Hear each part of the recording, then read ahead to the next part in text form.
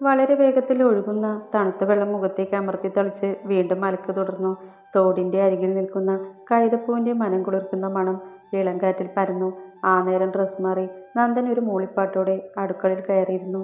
അലക്ക് കഴിഞ്ഞ് തുണി മുഴുവനും പിഴിഞ്ഞു വിരിച്ച് ഡ്രസ് മാറി വന്നപ്പോഴേക്കും ചായ തണുത്തിരുന്നു. നന്ദൻ വീണ്ടും ചായ ചൂടാക്കി തരുന്ന കണ്ട് ദേവ് കണ്ണുമിച്ചു. കൂടെ പരിപ്പ് വടയുമുണ്ട്. ചായ ഒന്ന് മുത്തി പരിപ്പ് വട കടിച്ചു. നല്ല വിശപ്പും ക്ഷീണവും തോന്നുന്നുണ്ട്. വീട്ടിൽ കുളി കഴിഞ്ഞാൽ അപ്പോൾ തന്നെ ഡ്രസ്സ് കഴുകും. അമ്മയെ കുറച്ച് അടുക്കളയിൽ സഹായിക്കും. അല്ലാതെ വേറെ പണിയൊന്നും ഇല്ല. മുറ്റം ഏതെങ്കിലും നേരം തൂത്താൽ മതി. എന്നാൽ ഇവിടെ എല്ല് മുറിഞ്ഞ് പണിയുണ്ട്. എന്നാൽ അതിലും ഒരു സന്തോഷം. എല്ലാം നന്ദേട്ടൻ്റെ ഡ്രസ്സല്ലേ, ഞാനല്ലാതെ വേറെ ആര് ചെയ്യും? നാളെ ഒഴിവല്ലേ? ചായ ഒരിറക്ക് കുടിക്കുമ്പോൾ നന്ദൻ്റെ ചോദ്യം വന്നിരുന്നു. നമുക്ക് ഒരിടം വരെ പോകണം. നന്ദൻ അടുക്കളയിൽ നിന്ന് മെല്ലെ ഇറങ്ങി. ദേവ് നെറ്റി ചുളിച്ച് വീണ്ടും ചായ മുത്തി. രാവിലെ കഴിച്ചു കഴിഞ്ഞതും നന്ദൻ്റെ കൂടെ ഇറങ്ങി. അവൻ എപ്പോഴും ധരിക്കുന്ന കരിമ്പച്ച കളർ ഷർട്ടും വെള്ളമുണ്ടും. പേഴ്സിലെ തുക അവൻ ഒന്നുകൂടെ എണ്ണി നോക്കി എടുത്തു വെച്ചു. ദേവ് തൻ്റെ മഞ്ഞ ചുരിദാറിൻ്റെ നീല ഷോൾ മാറിന് കുറുകെ ഇട്ട് പിൻകുത്തി അവനോടൊപ്പം നടന്നു. അന്ന് ആക്സിഡൻ്റ് ആയ കൂട്ടുകാരനില്ലേ, അവൻ്റെ അടുത്തേക്കാട്ടോ, നന്ദൻ പറഞ്ഞു. കവലയിലെ ബസ് സ്റ്റോപ്പ് എത്തിയപ്പോൾ എല്ലാവരുടെയും നോട്ടം അവരിലേക്കായി. ഓട്ടോ അരികിലൂടെ പോയപ്പോൾ ദേവുവിനെ നന്ദൻ വേഗം പുറകിലേക്ക് നീക്കി നിർത്തി. ഇതൊക്കെ തന്നെ താനും ആഗ്രഹിച്ചുള്ളൂ. ബസ്സിൽ ഒരേ സ്ഥലത്ത് ഇരിക്കണമെന്ന് കരുതിയെങ്കിലും നല്ല തിരക്കായതുകൊണ്ട് നിൽക്കേണ്ടി വന്നു. ബൈക്ക് എന്തായാലും ശരിയാക്കി വാങ്ങണം. തിരക്കിൽപ്പെട്ട് ദേവു തൻ്റെ ഷോൾ നേരെയാക്കി ഇറങ്ങുന്ന കണ്ടപ്പോൾ നന്ദൻ മനസ്സിലോർത്തു. ബസ് ഇറങ്ങി കുറച്ച് ഫ്രൂട്ട്സ് വാങ്ങി നേരെ ആശുപത്രിയിലേക്ക് നടന്നു. ദിനേശ് കിടക്കുന്ന വാർഡിലെത്തിയതും നന്ദനൊന്ന് നിന്നു. നമ്മൾ നല്ല സ്നേഹത്തിലാണെന്നാ അവർ കരുതിയിരിക്കുന്നേ. അതെന്താ, നമ്മൾ സ്നേഹത്തിലല്ലേ? ദേവ് നെറ്റി ചൊളിച്ചു. നന്ദൻ ഉത്തരം കിട്ടാതെ അവളെ നോക്കി. ദേവു ആ സമയം ഡോർ തുറന്ന് ഉള്ളിൽ കയറി. സ്നേഹ കഞ്ഞി കോരി കൊടുക്കുകയായിരുന്നു ദിനേശിന്. പുറകെ നന്ദനം വന്നപ്പോഴാണ് ദിനേശിനെ സ്നേഹിക്കും ദേവുവിന് മനസ്സിലായത്. ഇരിക്കി. സ്നേഹ പാതിച്ചിരിയോടെ എഴുന്നേറ്റു. നന്ദൻ ഇരുന്നു ദേവുവിനെ നോക്കി. ദേവു അവൻ്റെ തോളിൽ കൈവച്ച് അരിയിൽ തന്നെ നിന്നു. എങ്ങനെയുണ്ട്? ഇനിയും ചാവാൻ തോന്നുന്നുണ്ടോ? നന്ദൻ അവനെ ദേഷ്യത്തിൽ നോക്കി. ഏയ്, ഇനി ഒരിക്കലും തോന്നില്ല. ദിനേശ് പറയുന്നതിനൊപ്പം സ്നേഹയെ പാളി നോക്കി. സ്നേഹ ദേവുവിനെ സ്കാൻ ചെയ്യുന്ന തിരക്കിലായിരുന്നു. പെങ്ങളെ, ഇതാണ് എൻ്റെ ഭാര്യ ദേവിക നന്ദൻ. തോളിൽ വെച്ച അവളുടെ കയ്യിൽ നന്ദൻ മെല്ലെ തഴുകി. സ്നേഹ ചിരിച്ചു. മുഖം കൊണ്ട് മാത്രം, മനസ്സിൽ ചിരിക്കാൻ കഴിയുന്നില്ല. സുധി പറഞ്ഞു. കെട്ടിയൻ ചോദിച്ചപ്പോഴേക്കും വളയൂരി കൊടുത്തല്ലോ, ദിനേശ് പറഞ്ഞു. ഓ, ഇനി വേറെ വേറെ ഉണ്ടോ? എനിക്കുള്ളത് നന്ദേട്ടൻ്റെ കൂടിയല്ലേ? ദേവ് പറഞ്ഞപ്പോൾ ഞെട്ടിയത് നന്ദനാണ്. എന്നാലും പുറത്ത് കാണിച്ചില്ല. നിങ്ങൾ കഴിച്ചോ, ഞാൻ ചായ വാങ്ങും. സ്നേഹ ഫ്ലാസ്ക് എടുത്ത് കയ്യിൽ പിടിച്ചു. വേണ്ട, ദേവ് ചാടിക്കയറി പറഞ്ഞു. പെട്ടെന്ന് സ്നേഹയുടെ മുഖം മങ്ങി. അയ്യോ, ഒന്നും വിചാരിക്കല്ലേ.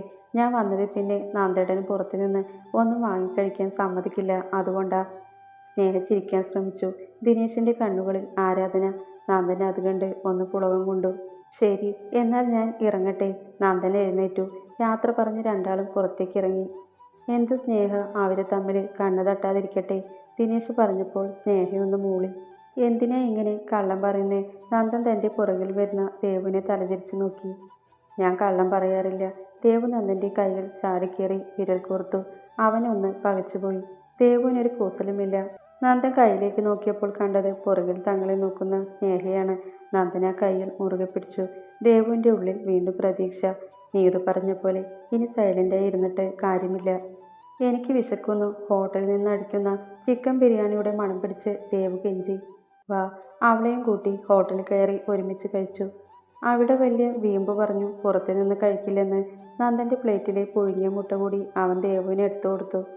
അത് സത്യമല്ലേ നന്ദേട്ടാ? ഞാൻ വന്നതിൽ പിന്നെ എൻ്റെ ഭർത്താവിന് പുറത്തു നിന്ന് കഴിക്കേണ്ടി വന്നിട്ടുണ്ടോ? ദേവ് പുരുങ്ങുമുയർത്തി. അതില്ല. നന്ദനും ചിരിച്ചു. എന്തോ ഒരു സന്തോഷം തോന്നുന്നുണ്ട് മനസ്സിന്. കഴിച്ചു കഴിഞ്ഞ് അവൻ ബില്ല് കൊടുക്കുമ്പോൾ പുറകിൽ തന്നെ നിന്നു. ഇനി എങ്ങോട്ടെങ്കിലും പോകണോ? നന്ദൻ ചോദിച്ചു. എങ്ങോട്ട്? ചൂടുകാരന് തലയിലേക്ക് ഷോൾ എടുത്തിട്ടു. വല്ല സിനിമയ്ക്ക്. ദേവുവിൻ്റെ കണ്ണുകൾ തിളങ്ങി. ശരിക്കും? പിന്നെ പറ്റിക്കരുത്. എൻ്റെ അച്ഛനൊന്നും കൊണ്ടുപോയിട്ടില്ല, ദേവു പറഞ്ഞു. പറ്റിക്കല്ല, വാ. നന്ദൻ നീട്ടിയ കൈയിൽ അവൾ പിടിച്ചു. ഫുട്പാത്തിലൂടെ നല്ല തിരക്കാണ്. കൂടുതലും അതിഥി തൊഴിലാളികൾ. അവൻ്റെ കയ്യിൽ പിടിച്ചു നടക്കുമ്പോൾ തൻ്റെ സ്വപ്നങ്ങളിലൊന്ന് പൂവണിയെന്ന സന്ദേശം ഉണ്ടായി ദേവുവിന്. വലിയ കൈകളിൽ അവളുടെ കുഞ്ഞിക്കൈ കോർത്തു പിടിച്ചു നടക്കുമ്പോൾ നന്ദനും എന്തിനും ഒരു ഉത്സാഹം. ദേവുവിനെ തിയേറ്ററിൽ ഒരരികിൽ നിർത്തി ടിക്കറ്റ് എടുക്കാൻ നന്ദൻ ക്യൂവിലേക്ക് നിന്നു. ദേവ് ചുറ്റും നോക്കി കാണുമ്പോഴാണ് ദർശനെ കണ്ടത്. കൂടെ ഒരു പെൺകുട്ടിയുമുണ്ട്. ചുരിദാറാണ് ധരിച്ചിരിക്കുന്നതെങ്കിലും സ്ട്രെയിറ്റ് ചെയ്ത മുടിയും ചുണ്ടിലെ ലിപ്സ്റ്റിക്കും കണ്ടപ്പോൾ മോളോൺ പെൺകുട്ടിയാണെന്ന് തോന്നി. ദർശൻ പെൺകുട്ടിയുടെ കയ്യിൽ പിടിച്ച് ചിരിച്ച് വരുന്നതിനിടയ്ക്കാണ് ടിക്കറ്റ് വാങ്ങി വന്ന നന്ദനെ തട്ടിയത്. ദർശൻ മുഖമുയർത്തി സോറി പറയാൻ നോക്കിയപ്പോൾ ഞെട്ടിപ്പോയിരുന്നു. നന്ദനെ അവനൊന്ന് സൂക്ഷിച്ചു നോക്കിയിട്ട് തിരിഞ്ഞു ദേവുവിനെ നോക്കി. മുഖത്ത് നല്ല ദേഷ്യമാണ്. കുറച്ച് ദിവസങ്ങൾ കൂടി പെങ്ങളെ കണ്ട സന്തോഷം മുഖത്ത് വന്നെങ്കിലും അതിൻ്റെ സാഹചര്യം ഓർത്തപ്പോൾ മുഖം വിളറി. നന്ദൻ വേഗം ദേവുവിൻ്റെ അടുത്തേക്ക് ചെന്ന് നിന്നു. ദർശൻ പതർച്ചയോടെ അവരുടെ അടുത്തേക്ക് ചെന്നു. ഗോപു, ഇതെൻ്റെ സിസ്റ്റർ ദേവിക, ഇത് ഹസ്ബൻഡ് നന്ദൻ. ദർശൻ പറഞ്ഞപ്പോൾ പെൺകുട്ടിയുടെ മുഖത്ത് സന്തോഷം. ദേവു, ഇത് ഗോപിക. അവളൊന്ന് മൂളി നന്ദൻ്റെ കൈപിടിച്ച് മുന്നോട്ട് നടന്നു. നീ എന്താ ആ കൊച്ചിനോട് ഒന്നും മിണ്ടാഞ്ഞ്? മോശമായി പോയി, നന്ദൻ പറഞ്ഞു. ദേവുവിൻ്റെ മനസ്സിൽ നീതുവിൻ്റെ മുഖമായിരുന്നു. ഇതറിയുമ്പോൾ എന്തായാലും വിഷമിക്കും. ഇത് അച്ഛനറിയുമ്പോൾ വിഷമിക്കും. നിന്റെ അമ്പലം വിഴുങ്ങി തന്തയ്ക്ക് അങ്ങനെ തന്നെ വേണം. ദേ, അവൻ്റെ ഷോൾഡറിൽ തല്ലി. നന്ദൻ പോപ്കോൺ വായിലേക്കിട്ട് ചിരിച്ചു. ദേവും ചെറിയ ചിരിയോടെ അവൻ്റെ കൈ പിടിച്ച് നടന്നു. ദർശൻ്റെ കണ്ണും മനസ്സും നിറഞ്ഞു. അവർ തമ്മിൽ നല്ല ലവാണല്ലോ. സിനിമ കാണുമ്പോൾ ദേവുവിൻ്റെ കണ്ണുകൾ വിസ്മയത്തിൽ വിടരുന്നത് നന്ദൻ കണ്ടറിഞ്ഞു. സ്ക്രീനിൽ നിന്ന് അവൾ കണ്ണുകൾ എടുത്തിട്ടില്ല. അടുത്തിരിക്കുന്ന തന്നെ പോലും മറന്ന മട്ടാണ്. അടുത്ത ആഴ്ചയും കൊണ്ടുപോവോ? ദേവു അവൻ്റെ കയ്യിൽ തൂങ്ങി. അത്രയ്ക്ക് പൈസയൊന്നും നിന്റെ ഭർത്താവിനില്ല, നോക്കാം. പണി ഇപ്പോൾ കുറവായതിൻ്റെ നിരാശ അവൻ്റെ ശബ്ദത്തിലുണ്ടായിരുന്നു. ഓ, ചായയും സ്നാക്സും കഴിച്ച് വൈകുന്നേരം ആകുമ്പോഴേക്കും ടൗണിൽ നിന്നിറങ്ങി. വൈകിട്ട് ബസ്സിൽ തിരക്കില്ലായിരുന്നു. ദേവു ബസ്സിൽ കയറിയിരുന്നു. നന്ദനെ അടുത്തേക്ക് വിളിച്ചു. ചെറിയൊരു മടിയോടെ അവൻ അവളുടെ അടുത്ത് വന്നിരുന്നു. കാറ്റിപ്പറക്കുന്ന മുടികൾ ഒതുക്കിപ്പിടിച്ച് ദേവു പുറത്തേക്ക് നോക്കിയിരുന്നു. ഫ്രണ്ട് സീറ്റിലെ കമ്പിയിൽ കൈവച്ച് നന്ദൻ ദേവുവിനെ തന്നെ നോക്കി. എന്തു ഭംഗിയാണ് ഈ പെണ്ണിനെ കാണാൻ. അന്ന് അങ്ങനെയൊക്കെ പറഞ്ഞിട്ടും അധികാരത്തോടെ കയ്യിൽ തൂങ്ങി നടക്കുന്നതും ഓർക്കുമ്പോൾ ചിരി വരുന്നു. അന്ന് അങ്ങനെയൊക്കെ പറഞ്ഞിട്ടും അധികാരത്തോടെ കയ്യിൽ തൂങ്ങി നടക്കുന്നത് ഓർക്കുമ്പോൾ ചിരി വരുന്നു. നല്ല പക്വതയുള്ള കുട്ടിയാണ്. അതിൻ്റെ കൂടെ നല്ല കുട്ടിത്തവും. അവൻ കൈകൾ കമ്പിയിൽ പിടിച്ച് മുഖം അതിലേക്ക് ചേർത്ത് വെച്ച് ദേവുവിനെ നോക്കിയിരുന്നു. ചെവിക്ക് പിന്നിലേക്ക് മുടിയൊതുക്കിയപ്പോഴാണ് ദേവ് തലചരിച്ചു നോക്കിയത്. നന്ദൻ കൈക്കുമ്പിളിൽ മുഖം വെച്ചിട്ട് അവൻ്റെ നിറയെ പീലിയുള്ള കണ്ണുകൾ മാത്രം ദേവുവിലേക്കായിരുന്നു. ദേവു ഒന്ന് പതറി. നന്ദൻ്റെ കണ്ണുകളിലെ ഭാവം പ്രണയത്തിന് മുകളിൽ. ദേവുവിനാകെ എന്തോ പോലെ, ദേഹം മൊത്തം ഒരു കുളിര്. ദേവു തലതാഴ്ത്തുന്ന കണ്ടപ്പോൾ നന്ദൻ പുഞ്ചിരിയോടെ നോട്ടം മാറ്റി. താലി എന്താ ഞാൻ പറഞ്ഞിട്ട് അഴിക്കാഞ്ഞ്? നന്ദൻ ചോദിച്ചു. വന്ന റൊമാൻസ് ഏത് ബസ് കയറിപ്പോയെന്ന് അറിഞ്ഞില്ല. ദേവിൻ്റെ മുഖം ദേഷ്യം കൊണ്ട് ചുവന്നു. വന്ന റൊമാൻസ് ഏത് ബസ് കയറിപ്പോയെന്ന് അറിഞ്ഞില്ല. ദേവുവിൻ്റെ മുഖം ദേഷ്യം കൊണ്ട് ചുവന്നു. അഴിക്കാൻ എനിക്ക് സൗകര്യമില്ല. ഗൗരവത്തോടെയാണെങ്കിലും ശാന്തമായ സ്വരം. പെട്ടെന്ന് നടുങ്ങിയത് നന്ദനാണ്. ദേവിക്ക് മുന്നിൽ, നാട്ടുകാർക്ക് മുന്നിൽ വെച്ച് അഗ്നിസാക്ഷിയെ നന്ദേട്ടൻ എന്നെ താലി കെട്ടിയിട്ടുള്ളൂ. അപ്പോൾ ഞാനാണ് നന്ദേട്ടൻ്റെ ഭാര്യ. ഏതോ ഒരുത്തി മനസ്സിലുണ്ടെങ്കിൽ താലി എടുത്ത് മാറ്റേണ്ടത് ഞാനല്ല, നന്ദേട്ടനെ ആ പെണ്ണിനെ മനസ്സിൽ നിന്ന് എടുത്തു കളയേണ്ടത്. ഞാൻ ഒരുത്തിക്കും എൻ്റെ ഭർത്താവിനെ വിട്ടുകൊടുക്കാൻ തയ്യാറല്ല. നന്ദേട്ടൻ പറഞ്ഞേക്ക് കാമുകിയോട് കാത്തിരിക്കേണ്ട ആവശ്യമില്ലെന്ന്. ദേവ് ദേഷ്യത്തിൽ അവനെ കിടന്ന് എഴുന്നേറ്റു. നന്ദനാകെ കിളിപോയ മട്ടാണ്. അവൾ ഇറങ്ങാൻ നിൽക്കുന്ന കണ്ടാണ് സ്റ്റോപ്പ് എത്തിയെന്ന് മനസ്സിലായത്. രണ്ടാളും ഇറങ്ങി. ഇരുട്ടിലൂടെ നടക്കുമ്പോൾ ദേവു അവനിൽ നിന്ന് ഒരു അകലം പാലിച്ചിരുന്നു. അവളാണോ നന്ദേട്ടൻ്റെ കാമുകി? ഇരുട്ടിലൂടെ മെല്ലെ നടക്കുമ്പോൾ ദേവുവിൻ്റെ സംശയം. ആര്? ഇന്ന് കാണാൻ പോയ കൂട്ടുകാരൻ്റെ ഭാര്യ. നീ എന്തൊക്കെയാ പറയുന്നേ? അവൾക്കെന്താ പിന്നെ? നന്ദേട്ടനെ നോക്കുമ്പോൾ ഒരു സങ്കടം. ചിരിക്കുന്നുണ്ട്, പക്ഷേ കണ്ണുകളിൽ വളരെ ദുഃഖം. പിന്നെ ഭർത്താവ് വയ്യാതെ കിടക്കുമ്പോൾ ആരെങ്കിലും സന്തോഷിച്ചിരിക്കുമോ? എൻ്റെ അമ്മി, ഈ പെണ്ണുങ്ങൾക്ക് തലമൊത്തം കണ്ണാണോ? നന്ദൻ ഉമിനീരിറക്കി. അപ്പോൾ അവളല്ലേ? ദേ കൈമടക്കി ഒന്ന് തന്നാലുണ്ടല്ലോ, അവളൊക്കെ എനിക്ക് പെങ്ങളെപ്പോലെയാ. നന്ദൻ കുറച്ച് ദേഷ്യത്തോടെ പറഞ്ഞതും ദേവു സൈലൻ്റായി. ദൈവമേ, ഇരുട്ടായതുകൊണ്ട് മുഖത്തെ ഭയം തിരിച്ചറിഞ്ഞു കാണില്ല. നന്ദൻ ആശ്വാസത്തോടെ വിശ്വസിച്ചു. കട എത്തിയപ്പോൾ ഒരു പാക്കറ്റ് മാവ് വാങ്ങാൻ കയറി. എങ്ങോട്ട് പോയതാ? കടക്കാരൻ ഫ്രിഡ്ജിൽ നിന്നും മാവ് എടുക്കുമ്പോൾ നന്ദനയോട് അന്വേഷിച്ചു. ചുമ്മാ ടൗണിൽ. നന്ദനൊന്ന് ചിരിച്ച് അഴിഞ്ഞുമുണ്ട് മടക്കി കുത്തി. എത്രയാ? 60. ഭാര്യ സാധാരണ വരാറ്. കടക്കാരൻ ഇരുട്ടിൽ നിൽക്കുന്ന ദേവുവിനെ നോക്കി ചിരിച്ചു. ആ. നന്ദ പോക്കറ്റിൽ നിന്ന് പൈസ എടുത്തു കൊടുത്ത് ഇറങ്ങി. ദേവു മാവിനു വേണ്ടി കൈനീട്ടി. ഞാൻ പിടിച്ചോളാം, നന്ദൻ പറഞ്ഞു. ദേവു പിന്നെ ഒന്നും പറയാൻ പോയില്ല. താലി അഴിച്ചു വെക്കണം പോലും. തലമണ്ടയ്ക്ക് ഒന്ന് കൊടുത്താലോ? ദൈവമേ, വേണ്ട. ദേവു ചിരിച്ചു. ഇനിയാണ് മോനെ ദേവു ആരാണെന്ന് നന്ദനെ അറിയുന്നത്. ദേവു ഇച്ചിരി ഗമ്മിൽ മനസ്സിലോർത്തു. വീടെത്തി ലൈറ്റ് ഓൺ ചെയ്ത് രണ്ടാളും അകത്തേക്ക് കയറി. മാവ് ഡൈനിങ് ടേബിളിൽ വെച്ച് നന്ദ ഷർട്ട് അഴിച്ചു. ദേവ് ഡ്രസ്സ് മാറ്റാൻ മുറിയിൽ കയറി. ഡൈനിങ് ടേബിളിൽ ഇരുന്ന ദേവുവിൻ്റെ ഫോണിലെ വൈബ്രേഷൻ കേട്ടപ്പോൾ നന്ദൻ വന്ന് നോക്കി. നീതു കോളിൽ. നന്ദൻ ഫോൺ കയ്യിൽ പിടിച്ച് ഡോർ തുറന്നതും ഒരു നിമിഷം കണ്ണു ചിമ്മാതെ നിന്നു. ബോധം വന്നപ്പോൾ വേഗം തിരിഞ്ഞു നടന്നു. ചെയറിൽ വന്നിരുന്നു. ദേവ് ഡ്രസ്സ് മാറി ഹാളിലേക്ക് വന്നു. ഫോൺ വൈബ്രേറ്റ് ചെയ്യുന്നത് പോലും ശ്രദ്ധിക്കാതെ മേച്ചിരിക്കുന്ന നന്ദനെ സംശയത്തോടെ നോക്കി. അവൾ ഫോണെടുത്ത് അടുക്കളയിലേക്ക് നടന്നു. എന്താടാ, നാളെയോ? ആ ശരി. ദേവ് ഫോൺ കട്ടാക്കി ഡൈനിങ് ടേബിളിൽ വെച്ചു. മാവെടുത്ത് പൊട്ടിച്ചു പകർത്തി ദോശത്തട്ട് ഗ്യാസിലേക്ക് കയറ്റി വെച്ച് ഓൺ ചെയ്തു. തിരിഞ്ഞൊന്ന് നോക്കുമ്പോഴും നന്ദൻ അതേ ഇരിപ്പാണ്. സബോളയും തക്കാളിയും മുളക് പൊടിയും ചേർത്ത് അരച്ച് കടുക് തളിച്ചു. കുറച്ച് തേങ്ങാ ചട്നിയും ഉണ്ടാക്കി. മോരിയുന്ന ദോശയ്ക്ക് മേൽ നെയ്യൊഴിക്കുന്ന വാസന വന്നതും നന്ദൻ്റെ വയറ് കത്തി. വിശക്കുന്നുണ്ട്. ദേവു എല്ലാതും ഡൈനിങ് ടേബിളിൽ കൊണ്ടുവച്ചു. നന്ദൻ അതൊക്കെ ശ്രദ്ധിക്കുന്നുണ്ടെങ്കിലും മനസ്സ് ഇവിടെയെങ്ങുമല്ല. കൈ കഴുക്, കഴിക്കണ്ടേ? ദേവ് ചോദിച്ചു. ആ. നന്ദൻ ഞെട്ടലോടെ എഴുന്നേറ്റു. ഇങ്ങേർക്ക് എന്തേ തലയ്ക്ക് അടികിട്ടിയ? ദേവു അവൻ്റെ ചെയ്തികൾ കണ്ട് നെറ്റി ചുളിച്ചു. നന്ദൻ വേഗം വന്നിരുന്നു. ദേവു ടി വി ഓൺ ചെയ്ത് റിമോട്ട് കയ്യിൽ പിടിച്ചിരുന്നു. കഴിക്കാൻ തുടങ്ങി. മുഴുവൻ ശ്രദ്ധയും ടി വിയിലേക്കാണ്. നന്ദൻ അവളെ ഒന്ന് നോക്കി. നല്ലപോലെ വിയർത്തിട്ടുണ്ട്. ചെവിക്ക് പുറകിലൂടെ ഒഴുകുന്ന വിയർപ്പ് തുള്ളി വജ്രം പോലെ തിളങ്ങുന്നു. അതൊഴുകി മാറിലേക്ക് ഇറങ്ങുന്ന കണ്ടപ്പോൾ നന്ദൻ വേഗം തല താഴ്ത്തി. ദേവുവിനെ നോക്കാതിരിക്കാൻ കഴിയുന്നില്ല. കണ്ണുകൾ ചതിക്കുന്നു. നന്ദൻ വേഗം എഴുന്നേറ്റ് ഫാൻ ഓൺ ചെയ്തു. ഹോ, ഞാൻ പറയാനിരിക്കായിരുന്നു, ദേവു ആശ്വാസത്തോടെ പറഞ്ഞു. നന്ദൻ തല താഴ്ത്തി. നോക്കണമെന്നുണ്ട്, പക്ഷെ ചുവന്ന ചുണ്ടിൽ കുടുങ്ങിക്കിടക്കുന്ന പോലെ. ദോശ ചവച്ചെടുക്കുമ്പോഴും വെള്ളം കുടിക്കുമ്പോഴും തൊണ്ടക്കുഴിയുടെ അനക്കം പോലും നൃത്തം പോലെ തോന്നിക്കുന്നു. ഇളകിയാടുന്ന മഴത്തുള്ളി കമ്മലുകൾ, കരിമശി പരന്ന കണ്ണുകൾ. ഒരു മുക്കൂത്തി കൂടി ഉണ്ടെങ്കിൽ നന്നായിരിക്കും. നന്ദൻ അവളെ കണ്ണി വയ്ക്കാതെ നോക്കി. ഇത്ര നാള് ഒരേ നാട്ടിലുണ്ടായിട്ടും എന്തുകൊണ്ട് ദേവുവിനെ ശ്രദ്ധിച്ചില്ല, അല്ലെങ്കിൽ കണ്ടില്ല? ഒരു പെണ്ണിനെയും നോക്കാത്തത് അനാഥനായിപ്പോയി എന്ന ഒറ്റ കാരണം കൊണ്ട് തന്നെയാണ്. ദേവു കണ്ണുമിഴിച്ച് ടി വിയുടെ ശബ്ദം കൂട്ടി. നന്ദനും അപ്പോഴാണ് ടി വിയിലേക്ക് ശ്രദ്ധിച്ചത്. പ്രമുഖ രാഷ്ട്രീയ നേതാവിനെ വെട്ടിക്കൊന്നു. ജില്ലയിൽ നാളെ ഹർത്താൽ. നന്ദന് അപ്പോഴാണ് കോൾ വന്നത്. അവൻ വേഗം കോൾ അറ്റൻഡ് ചെയ്ത് ഉമ്മറത്തേക്ക് ഇറങ്ങി. ദേവു ഒന്ന് സംശയിച്ചു. പിന്നെ ഫോണും കൊണ്ട് സംസാരിക്കുന്ന വേചനെ ഉമ്മർത്ത് നിന്നു. ഇല്ലടാ, അത് സാരില്ല. നാളെ അയാൾ കൂലി തരാമെന്ന് പറഞ്ഞതാ ചെറ്റ, നന്ദൻ പറഞ്ഞു. ദേവു അവൻ്റെ സംസാരം ശ്രദ്ധിച്ചു. ആ ദിനേശിൻ്റെ ഒപ്പം അളിയനുണ്ടാവും, ആ സുധിയോട് പറ.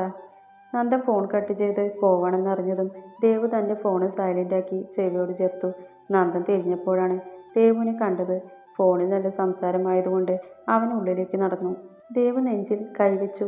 ദേവു അകത്തേക്ക് ചെല്ലുമ്പോഴേക്കും നന്ദൻ കഴിച്ച് എഴുന്നേറ്റിരുന്നു. ദേവു കഴിച്ചു കഴിഞ്ഞ് അടുക്കളയിലേക്ക് നടന്നു. നന്ദൻ പുറത്തു നിന്നും കയറി വന്നു. ദേവു പാത്രം കഴുകി നേരെ മുറിയിലേക്ക് ചെന്ന് ഡ്രസ്സും തോർത്തും എടുത്ത് കുളിക്കാൻ പോയി. കുളി കഴിഞ്ഞ് ഹാളിൽ പോയിരുന്നു. നന്ദൻ മുറിയിൽ പോയി ഫോണിൽ തോണ്ടി കിടക്കുന്നുണ്ട്. ദേവു ടി വിയിലേക്ക് നോക്കുന്നുണ്ടെങ്കിലും കൃഷ്ണമണി നന്ദൻ്റെ അടുത്തേക്കാണ്. ദേവി, കോങ്കണ്ണ് വരൂ. നന്ദൻ ഇടയ്ക്ക് ഫോണും നോക്കി ചിരിക്കുന്നുണ്ട്. ദേവു കണ്ണു കൂർപ്പിച്ചു. നെറ്റിയിൽ വരകൾ വീണു. വേഗം എഴുന്നേറ്റു. അതെ. പതിവില്ലാതെ മുറിയിലേക്ക് വരുന്നവളെ കണ്ട് നന്ദൻ വേഗം എഴുന്നേറ്റു. എന്താ? നീതുവിനെ വിളിച്ചിട്ട് കിട്ടുന്നില്ല. നന്ദേട്ടൻ്റെ ഫോണൊന്നു താ, ദേവു പറഞ്ഞു. അവൾ നീട്ടിയ കയ്യിലേക്ക് നന്ദൻ ഫോൺ വെച്ചു കൊടുത്തു. ദേവു നമ്പർ അമർത്തിക്കൊണ്ട് മുറിക്ക് പുറത്തേക്ക് ഇറങ്ങി. നന്ദനെതിരായി ഹാളിൽ നിന്നു. കോൾ ലിസ്റ്റ് നോക്കിയപ്പോൾ സുനി, കണ്ണൻ, സുധി, ദിനേശ് ആശാൻ. ദേവു നമ്പർ ഡയൽ ചെയ്ത് ചെവിയിലേക്ക് വെച്ചു. ഒരു നമ്പർ അടിക്കാതെയാണ് കോൾ ചെയ്തത്. അതുകൊണ്ട് തന്നെ റോങ് നമ്പർ ആണെന്ന് പറഞ്ഞു. ദേവു ആ സമയം നന്ദനെ ഒന്ന് നോക്കി.